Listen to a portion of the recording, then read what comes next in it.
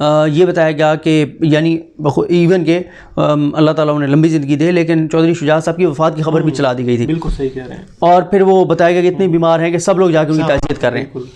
اچھا لیکن دوسری طرف کل وہ خود ملاقاتیں کر رہے ہیں، خود وہ چل کے جا رہے ہیں. تو یہ وہ ساری چیز بتاتی ہے کہ مطلب کہ سیاسی طور پہ آپ کی ایسی مطلب آپ کا ایسا مفاد ہے کہ آپ اتنی مطلب شدید علالت کے باوجود آپ جو ہے وہ جا رہے ہیں. تو اگر کاف لیگ نے اناؤنس کر دیا کہ وہ عمران خان صاحب کے ساتھ نہیں کھڑے، پھر عمران خان صاحب کے لیے مشکلات شروع ہوں گی. ابھی تک جو عمران خان صاحب کے کانفیڈنس کی وجہ ہے اس وقت تک، یہ سوال میں بھی آپ سے پوچھنے جا رہا تھا کہ عمران خان کا جو اعتماد کا جو لیول ہے، جو آج آپ نے کراچی میں اسپیچ دیکھی ہے، کل دیکھا عمران خان کو، کل آپ کی میٹنگ اپنا جو ملاقات ہوئی ہے آپ لوگوں کی، تو جو مرال عمران خان کا دن بدن بڑھتا جا رہا ہے، اس کے پیچھے کیا وجوہات؟ اچھا دیکھیں، عمران خان صاحب کے اعتماد کی وجہ میں نے آپ کو بتا دیا کہ اتحادیہ بھی ان کے ساتھ کھڑے ہیں، اور اپنے لوگوں کے حوالے سے ان کا یہی ہے کہ ڈیفیکشن کلاز کے تحت وہ ووٹ نہیں ڈال سکیں گے.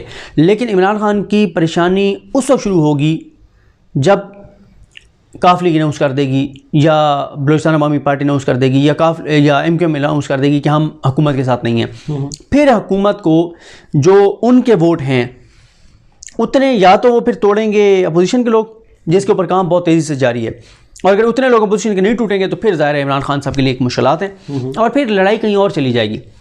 کیونکہ اتحادی اگر چھوڑ کے جائیں گے تو اس کی وجوہات صرف سیاسی نہیں ہوں گی، کچھ اور بھی ہوں گی، پھر لڑائی کہیں اور چلی جائے گی. تو عمران خان صاحب کے کانفیڈنس کی جو 4-5 وجوہات ہیں وہ کیا ہیں؟ پہلی وجہ ان کی یہ ہے کہ ان کے پاس آئینی اور قانونی آپشنز بہت سے ہیں.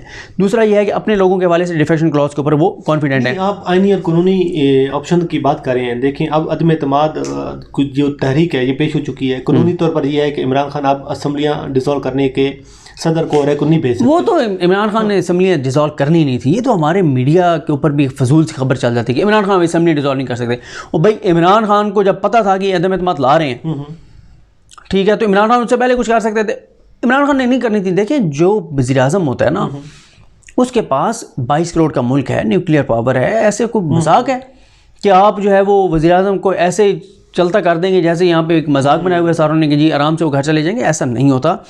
ان کے پاس ایک تو سیاسی طور پہ وہ ایکٹیو ہیں، وہ اپنے لوگوں کو بنانے کی کوشش کر رہے ہیں. دوسری طرف کاؤنٹر جو ہے وہ یہ کر رہے ہیں کہ وہ اپوزیشن کے لوگوں کے ساتھ حکومت کے لوگ مل رہے ہیں. تیسرے نمبر پہ وہ جو ہے وہ اتحادی ان کے ساتھ کھڑے ہیں.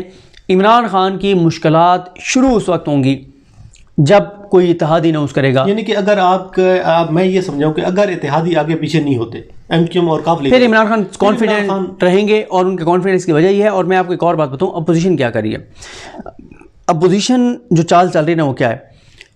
اپوزیشن جاتی ہے کاف لیگ کے پاس، کہتی ہے 25 بندے پی ٹی آئی کے ہمارے ساتھ ہیں. پی ٹی آئی والوں کے پاس 25 بندوں کے پاس جاتے ہیں، کہتے ہیں کہ جی ایم کیو ایم ہمارے ساتھ ہے. ایم کیو ایم کے پاس جا کہتے ہیں کاف لیگ اور 25 بندے پی ٹی آئی کے ہمارے ساتھ ہیں.